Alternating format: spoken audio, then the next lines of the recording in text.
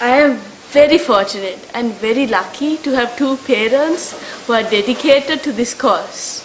They both feel very passionate about it. Both my father and mother, for as long as I remember, they have been trying, they have been doing their best, they have been striving to make a change.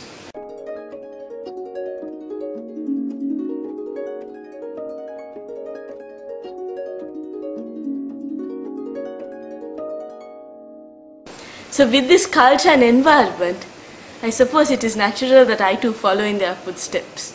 It's true that when I was a little younger, I rebelled against the idea of going with my parents, but now I realize that this is my passion too. And also in school, I am lucky to go to a school where we have students from different ethnic groups. And I suppose one of the incidents that really shook me was one of my best friend's father was murdered.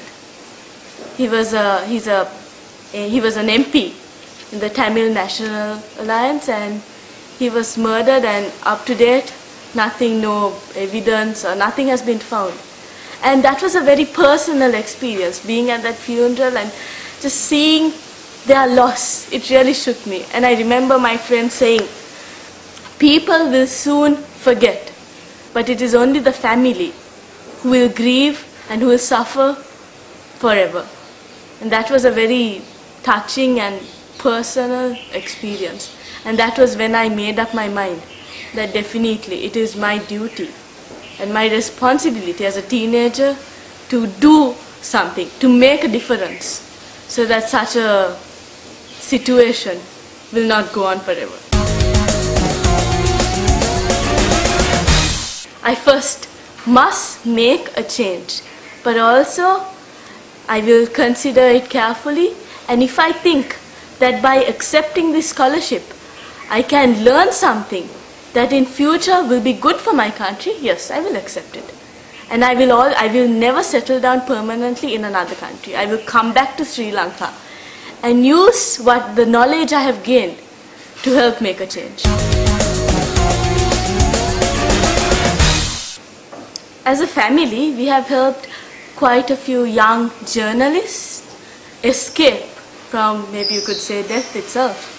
They were hunted down by both the government and the LTT, because as a journalist they have to be impartial and they have to report from both points of view, and that led to antagonizing both the LTT and the government.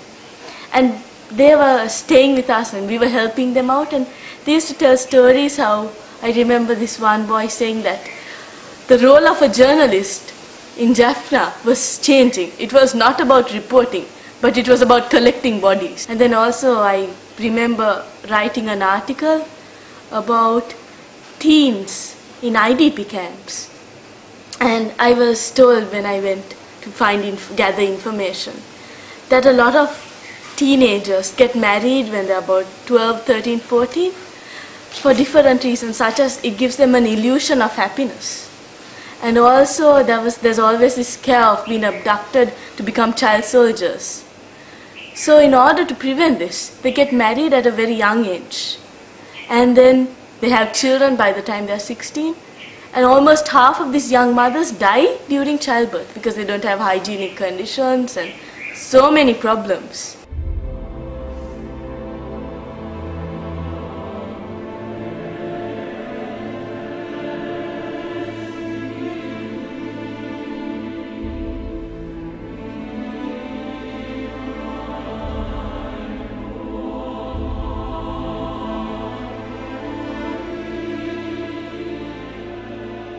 I just realized that we're talking about children my age, my peers.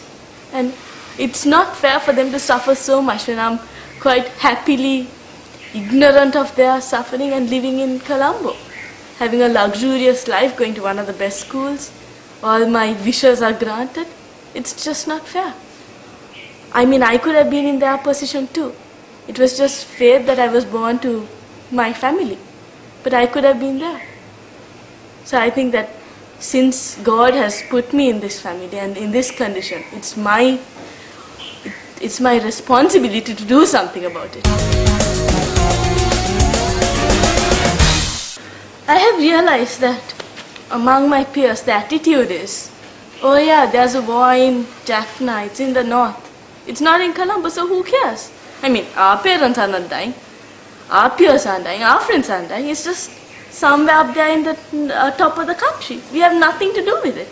And they just don't care. They don't care if people die, because it's got nothing to do with us. So I think it's just first to open their eyes to these killings, open their eyes to the sufferings that are going on, and realize that it could have been them. It's just fate that it's not them. Another thing is, they will conveniently ignore what's happening and prefer to have their own life, their own shallow lives, without caring about the sufferings of others. Some people think that I'm a lunatic. I remember last year, one of my friends saying, "What are you talking about? As a 16-year-old, you're supposed to talk about clothes and fashion and boys. Why are you talking about things that don't concern us? What's wrong with you?" That's an attitude that people have. But I don't care. I mean, it's my right, it's my duty to do what I feel I should do. But of course, I have noticed a lot of Tamil children in Colombo, in my school, in my grade, who would appreciate what I do. Because it's not many who would actually stand up for them or their rights. And yes, there are a few Sinhala and Muslim burgher children who support me and think that I'm doing a great job, and they've said that they look up and wish that they were doing the same.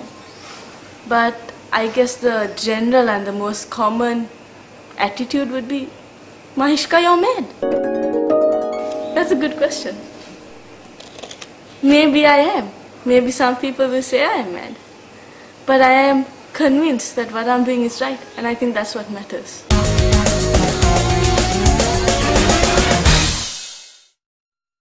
And it was always my ambition to be maybe an interior designer, or to go in that field. Because one of the most commonly asked questions is, okay, so do you want to go in your father's footsteps or your mother's footsteps? And I always resented that. I wanted to be me. I wanted to have my own identity. I didn't want to say, "Oh yeah, that's Dr. Mendis' daughter. She obviously has to go in her father's footsteps." I hated it. But then I now realize that I'm mature enough to realize that I'm glad I have my parents, but why should I care about what others think? I am passionate about this. I think that this is one of the main reasons I live. I live to make a change.